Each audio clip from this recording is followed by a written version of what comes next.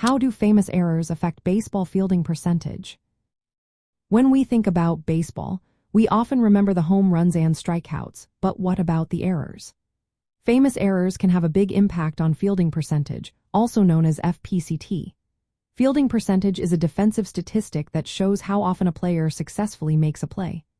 It is calculated by taking the number of successful plays, which includes putouts and assists, and dividing it by the total chances, which includes putouts, assists, and errors.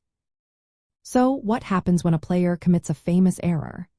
An error occurs when a fielder misplays a ball, allowing a batter or base runner to advance when an out should have been made.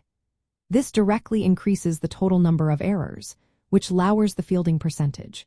Since fielding percentages are usually very high, typically between 0.979 and 0.984 teams, even a small number of errors can significantly drop this percentage.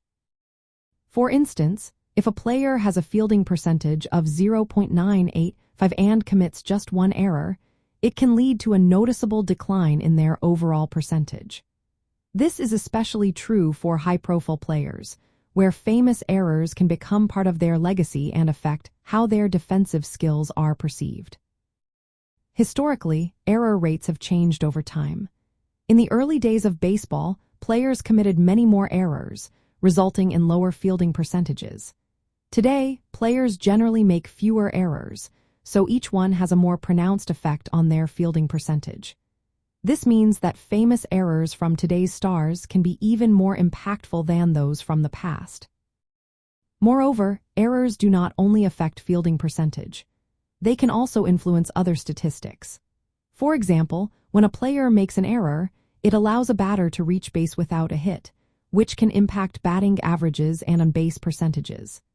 Additionally, pitchers may struggle more in innings where errors occur, as errors lead to more base runners and increase the chances for hits and runs. While fielding percentage is a useful metric, it does have its limitations. It does not account for a player's range or ability to make difficult plays.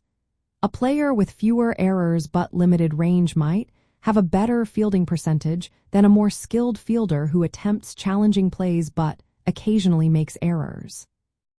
Famous errors lower fielding percentage by increasing the error count, which reduces the ratio of successful plays to total chances. This effect is more noticeable today, given the generally high fielding percentages in modern baseball. As error rates have decreased, the impact of each error on fielding percentage has become more significant. However, fielding percentage alone does not capture the full defensive value of a player, so it is essential to consider errors alongside other defensive metrics.